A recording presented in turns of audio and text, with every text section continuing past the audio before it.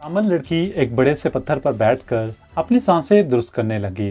फिर पहली बार वो बगौर मेरा जायजा लेते हुए बोली, तुम्हारा लहजा और रंग बताता है कि तुम तामिल नहीं हो, मगर मर्द हो। तुमने मर्दों ही की मानंद अपनी जान पर खेलकर एक बेबस लड़की की जान बचाई है। मैं तुम्हारा ये एहसान कभी नहीं भूलूंगी। मैं वापस अपने पति के गांव में नहीं जा सकती और मेरे माता पिता का घर यहाँ से बहुत दूर है। क्या तुम इतनी कृपा और कर दोगे कि मुझे मेरे माता पिता के घर पहुंचा दोगे? अब सिवाय हामी भरने के और कोई चारा ना था। वैसे भी मैंने अल्लाह की मदद से जिस लड़की की जान बचाई थी, इसे इन वीरानों में बेयारो मददगार नहीं छोड़ सकता था। मेरा नाम सुधा रंगनी है। वह मुझे अपनी तरफ देखते पाकर बोली, तुम्हारा नाम क्या है और तुम शमाल के किस इलाके के रहने वाले हो? मेरा नाम रघुनंदन है, मैंने जवाब दिया, और मैं हरियाणा का रहने वाला हूँ। इधर नौकरी की तलाश में मारा मारा फिर रहा था कि तुम्हारी चीखों ने मुतवज्जा कर लिया। इसने उठकर मेरा हाथ चूम लिया और नहायत अकीदत से बोली, रघु, तुम मेरे लिए देवता समान हो। मैं तामिल हूँ, मेरे माता पिता भी यहीं के रहने वाले थे, लेकिन जब मैं बहुत छोटी थी तो कहते हैं धनुषकोडी में सख्त काल पड़ा था। बहुत से लोग सूखे से मर गए। मेरे माता पिता यहाँ से नकल मकानी करके सौराष्ट्र में दरिया के किनारे आबाद होके और माहीगिरी करने लगे। 2 महीने कबल मेरे माता पिता ने मेरी शादी यहाँ के एक बूढ़े मछेरे से कर दी। कल मेरा बुढ़ा पति मर गया तो गांव वालों ने मेरे पिता को इतला दिए बगैर मुझे सती करने की तैयारियां शुरू कर दी। अगर तुम ना पहुंच गए होते तो इस वक्त तक मैं जलकर राख हो चुकी होती।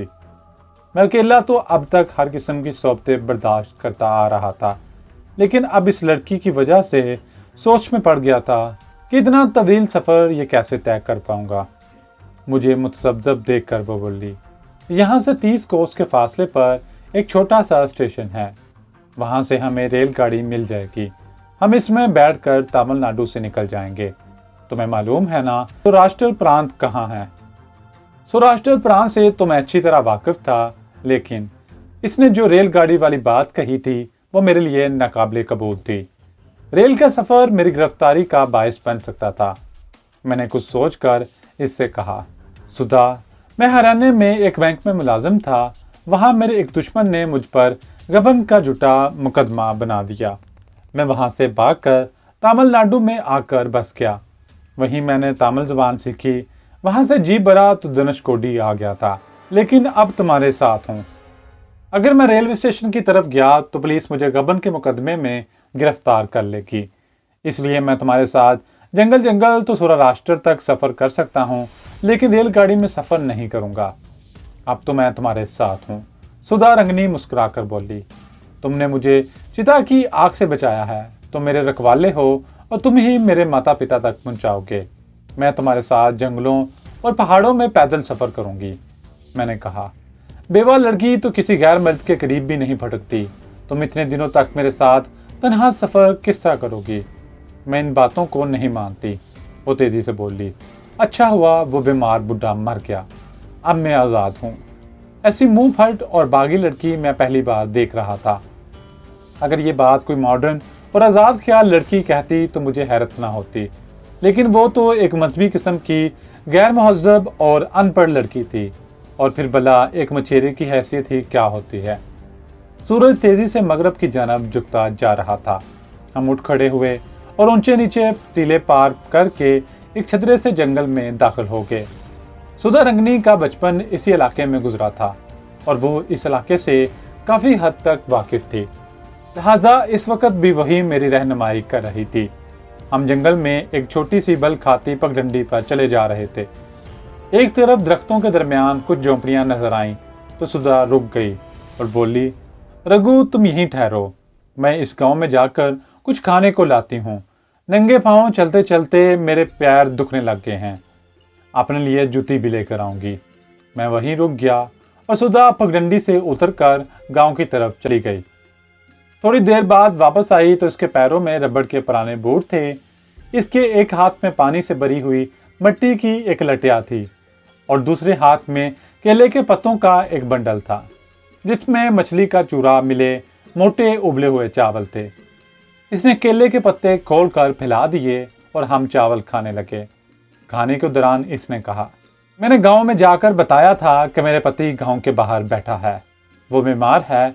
हम अगले गांव जा रहे थे, सख्त भूख लगी, ये गांव देखा तो रुक गए। मैं सुधा की इस बेबाकी पर दंग रह गया। इसने बेवा होकर कितने इत्मीनान से एक गैर मर्द को अपना शोहर कह दिया था। बहरहाल हमने खूब सैर होकर चावल खाए, पानी पिया और आगे चल पड़े। अब अंधेरा फैलने लगा था और मैं सोच रहा था कितना लंबा और दुश्वार गुजार सफर कैसे तय होगा। जिस रास्ते पर हम जा रहे थे, इसके आसपास घनी झाड़ियों, नारियल और ताड़ के दरख्तों की भरमार थी। काफी दूर जाने के बाद हमें एक झोंपड़ा नजर आया तो सुधा उसकी तरफ इशारा करके बोली, रघु, हम रात यहाँ गुजारेंगे, सुबह को आगे रवाना हो जाएंगे। हम किस तरफ जा रहे हैं? मैंने सवाल किया। अगर हम इसी तरह सफर करते रहे, वो बोली, तो 3-4 दिनों बाद तमिलनाडु से निकलकर केरला में दाखिल हो जाएंगे। मैंने कोई जवाब नहीं दिया। चंद लम्हे खामोश रहने के बाद वो उदासी से बोली, रघु, मुझे लगता है हम इतना लंबा सफर तय नहीं कर सकेंगे। केरला और आंध्र प्रदेश के जंगल खूंखार दरिंदों और जहरीले हशरातुल अर्ज से भरे हुए हैं, इनसे हमारा बच निकलना महाल है। वो ठीक कह रही थी। मुझे खुद इन जंगलों को अबूर करना नामुमकिन नजर आ रहा था। मेरा इरादा था कि आंध्र प्रदेश तक किसी मीटर गेज रेलवे लाइन से कोई ट्रेन पकड़कर सफर किया जाए, क्योंकि ये कदरे महफूज था। मैंने ये बात सुधा को बताई तो वो खुश होकर बोली, इसका मतलब है कि हमें 2-4 रोज ही इन जंगलों में सफर करना पड़ेगा। हाँ, केरला में अगर कोई छोटी लाइन वाली गाड़ी मिल गई तो अपना बाकी सफर इसके जरिए तय करेंगे। हम इस टूटे फूटे झोंपड़े के करीब पहुंच गए। इसकी छत की खपरेल 2 जगहों से उड़ चुकी थी। झोंपड़े के कच्चे फर्श पर एक जगह खुशक घास का छोटा सा ढेर लगा हुआ था और एक कोने में मिट्टी का टूटा हुआ गड़ा पड़ा था। सुधा झोंपड़े के दरवाजे के सामने ही साड़ी समेट कर बैठ गई। मैंने कहा, मैं जंगल से कुछ नारियल उठा लाता हूँ ताकि रात को भूख प्यास का इलाज हो सके। मैं सुधा को झोंपड़ी के दरवाजे पर छोड़कर नारियल के दरख्तों की तरफ चला गया। काफी आगे जाकर एक दरख्त के नीचे मुझे कुछ नारियल गिरे हुए मिले। मैंने 4 नारियल उठाए और वापस झोंपड़े की तरफ चल पड़ा। झोंपड़े के दरवाजे पर पहुंचा तो मेरे ऊपर की सांस ऊपर और नीचे की नीचे रह गई। क्या देखता हूं कि काला नाग सुधा रंगनी के सामने फन उठाए खड़ा झूम रहा है और सुधा रंगनी इसके सामने आलती पालती मारे बैठी अपनी शरबती आंखों से इसे घूर रही है। मैंने नाक को हलाक करने की गर्ज से नारियल सर से बुलंद किया ही था कि सुधा की धीमी और सपाट आवाज सुनाई दी, रघु, ये देवता है, इसे कुछ न कहना। मेरा हाथ उठा का उठा रह गया। वो मुझे पहले ही बता चुकी थी कि वो लोग सांपों की पूजा करते हैं। फिर सुधा तमिल जबान में कुछ श्लोक पढ़ने लगी। नाग पर श्लोकों का असर हुआ और वो आहिस्ता आहिस्ता सुधा की तरफ बढ़ने लगा। इसके करीब पहुंचकर नाग ने अपना फन समेट लिया और इसके बाजू पर आ गया। सुधा ने इसे पकड़कर अपनी गोद में रख लिया और नाग इसकी गोद में कुंडली मारकर बैठ गया। सुधा ने श्लोकों का विर्द खत्म करके नाग के सर पर हाथ फेरा और वो इससे अपनी मोहब्बत का इजहार करने के लिए इसके सर पर अपनी हथेली रगड़ने लगी। सुधा ने मेरी तरफ देखा और बोली, रघु, करीब आ जाओ, ये नाग तुम्हें कुछ नहीं कहेगा। ये मेरा बेटा है, मैं इसे दूध पिलाती रही हूँ। मैं डरते डरते करीब गया तो सांप ने गर्दन घुमाकर मेरी जानब देखा। सुधा ने इसके सर पर हाथ रखते हुए तमिल जबान में कहा, ये मेरे पति देव हैं, अब इनकी रक्षा भी तेरा फर्ज है।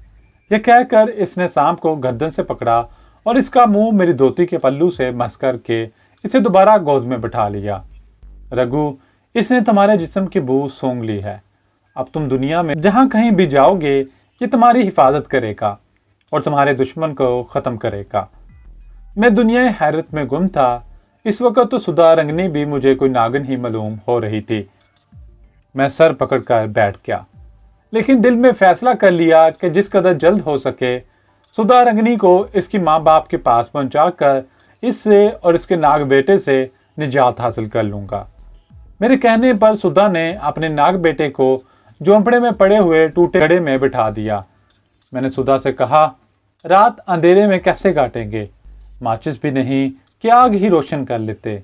क्या खबर रात कोई दरिंदा इधर निकल आए।